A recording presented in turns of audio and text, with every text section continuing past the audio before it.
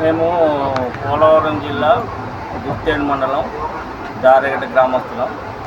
ఇలాగా మతం మార్పిడి గురించి మేము వెళ్తున్నాం. ఏంటంటే మతం మార్పిడి దేనివల్ల అంటే క్రిస్టియన్స్ వాళ్ళు పాదిర్లకి ఎంతో ఆశ చూపి వాళ్ళ దగ్గర ఒక 2000-1000 రూపాయలు వాళ్ళకి పాదిర్లకని మరి ఇస్తారు.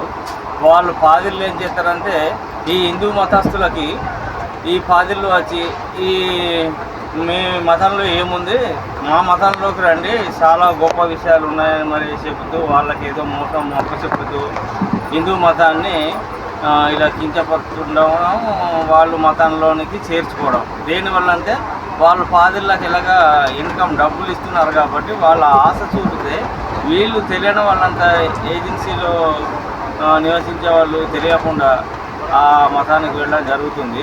అలా జరగకుండా ఉండాలని చాలామందిని ఇక్కడ సెలవు ఢిల్లీ వెళ్తున్నాం.